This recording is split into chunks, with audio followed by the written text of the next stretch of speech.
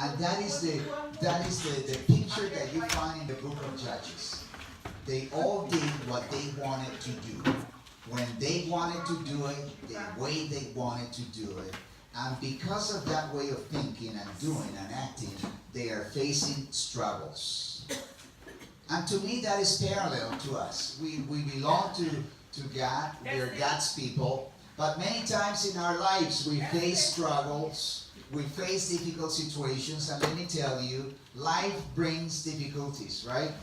Life brings trials to our lives. But many times we face trials not because of just living life, but we get into situations because of the way we think, because of the decisions we make, because of sin, because of living away from God. Though we call ourselves believers, though we call ourselves followers of Christ. So we're going to look at this story in the book of Judges chapter 6.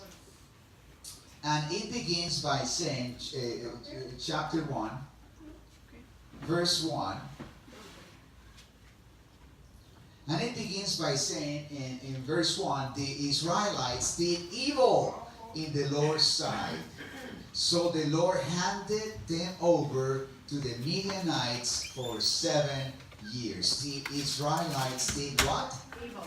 They did evil in the eyes of the Lord, and for 7 years he gave them into the hands of the Midianites. Verse 2. Because, verse 2. It's in there. I'm sorry. It's there. Technical difficulties. Sorry, I don't have my lenses, so you better. The Midianites were so cruel that the Israelites made hiding places for themselves in the mountains, caves, and strongholds. Can you imagine a worse situation? Can you imagine a worse situation? They are facing their enemies. They've been enslaved by their own sin, by their own transgressions. They are experiencing something. They need to hide themselves in mountains, caves, and strongholds. They cannot even enjoy the houses. Remember the promise God gave them? You're going to be inhabiting, or you're going to be living in houses that you didn't build. You are going to be receiving benefits.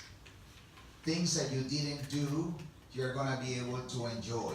Things that you didn't build, you're going to enjoy. But they are experiencing right the opposite.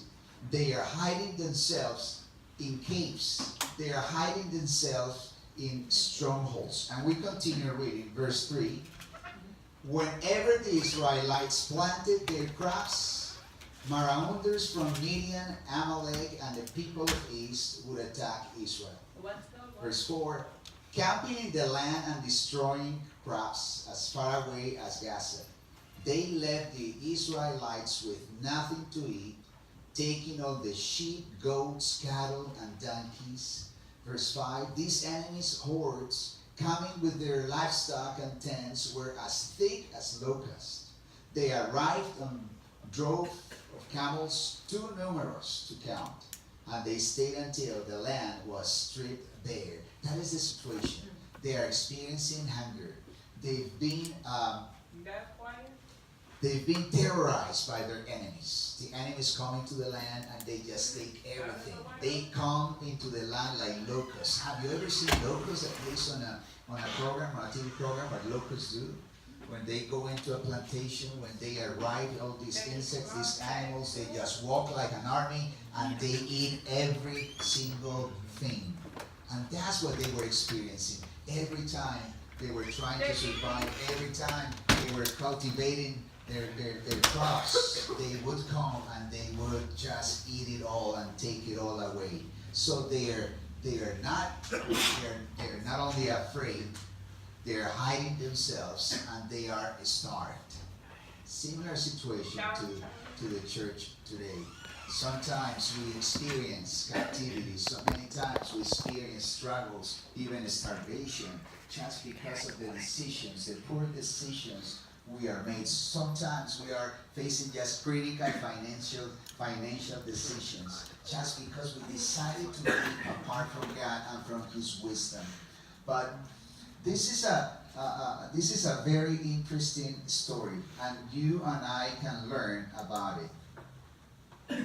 You know, in the book of Galatians, in verse 5, excuse me, chapter 5, verse 16, we read the following. So I said, let the Holy Spirit guide your lives. This is the answer to many of the situations. This is God's suggestion. This is God's, in reality, command. But I'm going to say just suggestion because it is up to you to take it or leave it. But this is his advice to you and me. So I said, let the Holy Spirit guide your lives. Then you won't be doing what you're seeing.